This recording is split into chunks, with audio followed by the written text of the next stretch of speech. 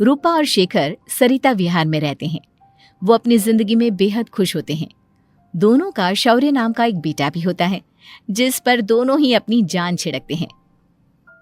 शेखर, अब तो आप शौर्य को अपनी गोद से नीचे उतार दीजिए, उसके सोने का टाइम हो रहा है। नहीं रूपा, इसे मेरे पास ही रहने दो प्लीज।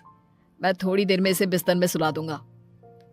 लेकिन कल सुबह आपकी ऑफिस में मीटिंग भी तो है ना, और इसके लिए आपको कल जल्दी भी तो निकलना होगा। जाइए, आप भी जाकर सो जाइए। क्या यार, अभी तो मेरी गोद में आया था मेरा बेटा और तुम उसे लेकर जा रही हो।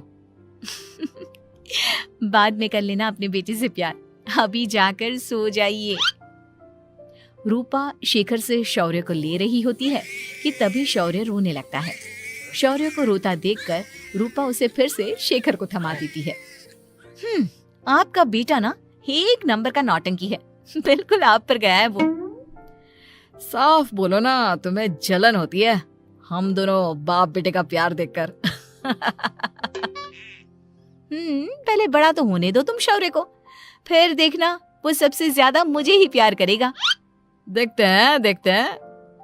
ऐसे ही दिन बीतते चले जाते हैं और एक दिन कैंसर की बीमारी के चलते रूपा की मौत हो जाती है।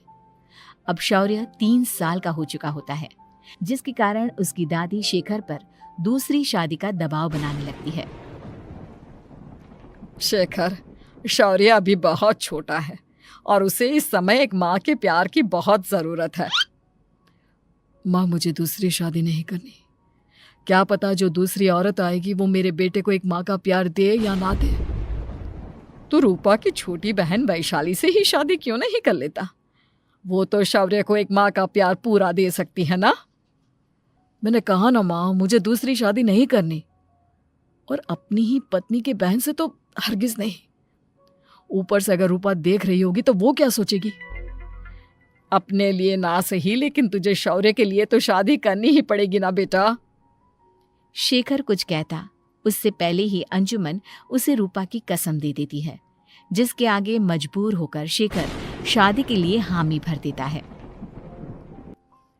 देखो वैशाली, मैंने तुमसे शादी सिर्फ अपने बच्चे के लिए की है। मैं चाहता हूं कि तुम उसे एक माँ का भरपूर प्यार दो। शौर्य, आपके साथ साथ मेरा भी कुछ लगता है।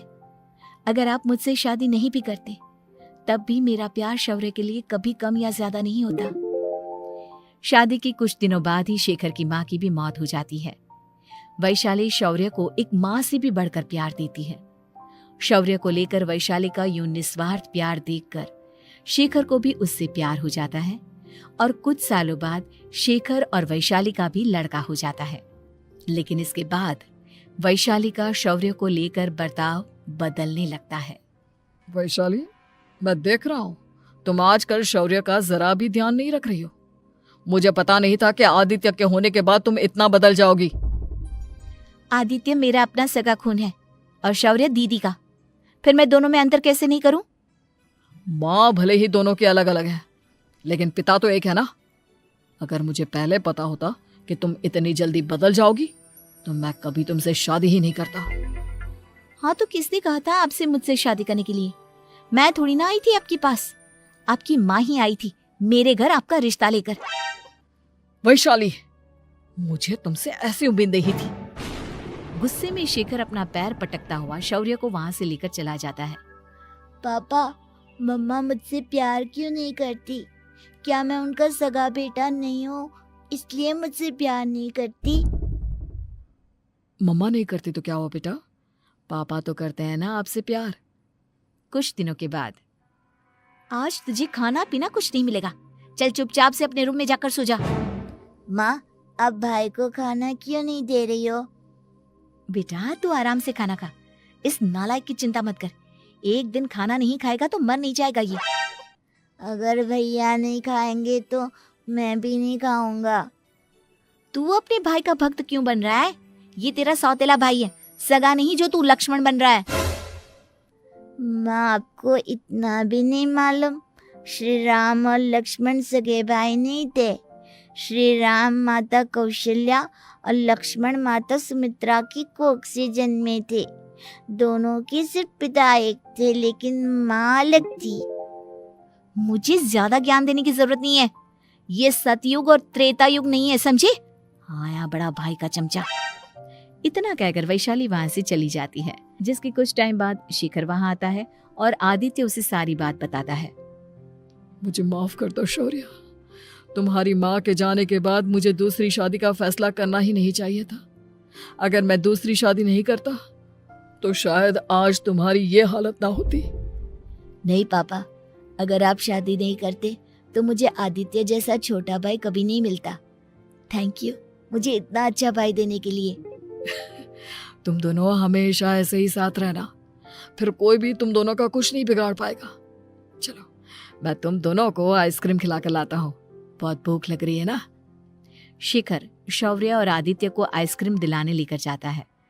वो दोनों को पार्क में खड़ा करके आइसक्रीम लेने जा ही रहा होता है, तभी तेज रफ्तार से आती हुई एक गाड़ी उसे कुचल देती है और उसी पल शेखर की मौत हो जाती है, जिसके बाद शौर्य की जिंदगी नर्क से भी बदतर हो जाती है। सुन रे चिरकुट, इस घर के किसी भी सामान को मेरी मर्जी के बगैर हाथ मत लगाना। इन सब पर अब तेरा कोई हक नहीं है, समझा?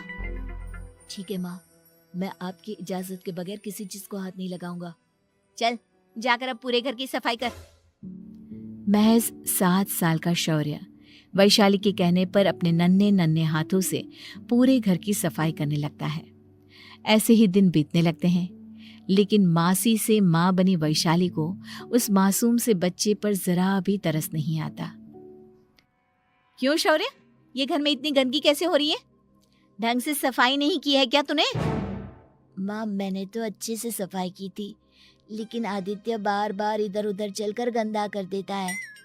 अच्छा, खुद से एक काम ढंग से नहीं होता और अपनी गलतियों का जिम्मेदार मेरे बेटे को ठहराता है। इतना कहकर वैशाली बांस का डंडा उठाकर शौर्य को जोर जोर से मारने लगती है। तभी वहां वैशाली के मायके वाले भी आ जाते हैं और उसकी सारी करतूतें देख लेते हैं। माँ मैं ऐसा क्या करूं जिससे आप मुझे भी आदित्य के जितना प्यार करोगी? बोलिए ना माँ, मेरे क्या करने से आपके अंदर मेरे लिए ममता जागेगी? वैशाली शौर्य की एक नहीं सुनती, उसके ऊपर डंडे बरसाती जाती है। हद पार होते देख वैशाली की माँ उसका हाथ पकड़ती है और जोर से उसे थप्पड़ मारती है। यही सब करने के लिए तूने दामाद जी से शादी की थी? हमने सपने में भी तुझसे ऐसी हरकत की उम्मीद नहीं की थी। तू माँ नहीं, माँ के नाम पर एक धब्बा है। बस कीजिए माँ, आदित्य के इस दुनिया में आने से पहले मैंने इसे बहुत प्यार किया था, लेकिन अब जब मेरी खुद की औलाद है तो मैं किसी और के बच्चे से प्यार क्यों करूं? अरे नालायक औरत, जिसे तू किसी और का बच्चा कह रही है वो तेरी खुद की सगी बहन का बच्चा है। बहन है तो क्या हुआ, मेरे अपने बच्चे से बढ़कर तो नहीं हो सकता ना ये कभी। अगर यही बात थी तो तू हमें पहले बता देती, हम शौर्य को अपने साथ ले जाते। उसे इस तरह प्रताड़ित करने की क्या जरूरत थी? अगर आपको लेकर जाना है ना तो ले जाइए इसे, मैं नहीं रोकूंगी। नहीं माँ, मुझे कहीं नहीं जाना, मुझे आपके साथ ही रहना है। मैं तेरी कोई माँ बाबा नहीं हूँ, तेरी माँ मर चुकी है, समझा? अब निकल जा मेरे घर से। माँ आप बहुत गंदी हो, मुझे भी नहीं रहना आपके साथ, मैं भी भाई के साथ ही जाऊंगा। अरे तू क्यों जाएगा, तू तो मेरा सगा बेटा है, जाने दे इसे। हम यहाँ ऐश से रहेंगे, तुम्हारे पापा बहुत सारी जमीन जायदाद छोड़ गए हैं तुम्हारे लिए। नहीं माँ, मुझे भाई के साथ जाना है। आप अच्छी नहीं हो, आप बहुत बुरी हो, आप भाई को बहुत परेशान करती हो। देख वैशाली, तुझसे ज्यादा समझ तो इस मासूम बच्चे में है। ये तेरे बुरे कर्मों का ही नतीजा है जो आज तेरी सगी औलाद खुद से तुझे ठुकरा रही है। आदित्य, तुझे इस शौर्य ने भड़काया है ना मेरे खिलाफ? नहीं माँ, मुझे किसी ने भड़काया नहीं, पर मैं सब देखता हूँ, सब समझता हूँ। भाई बहुत अच्छा है, वो आपकी जैसा नहीं है। चलिए नानी। इतना कहकर वैशाली के मायके वाले आदित्य और शौर्य को अपने साथ ले जाते हैं और इस तरह वैशाली बड़े से घर में अकेली पड़ जाती है। 2 बेटों के होते हुए भी आज उसे माँ कहकर बुलाने वाला कोई नहीं होता। By liking our videos and subscribing, you're not just following a channel, you're becoming part of a movement to make the world a more creative place. So, what are you waiting for? Smash that like button, hit subscribe, and ring the bell icon to never miss an update. Let's explore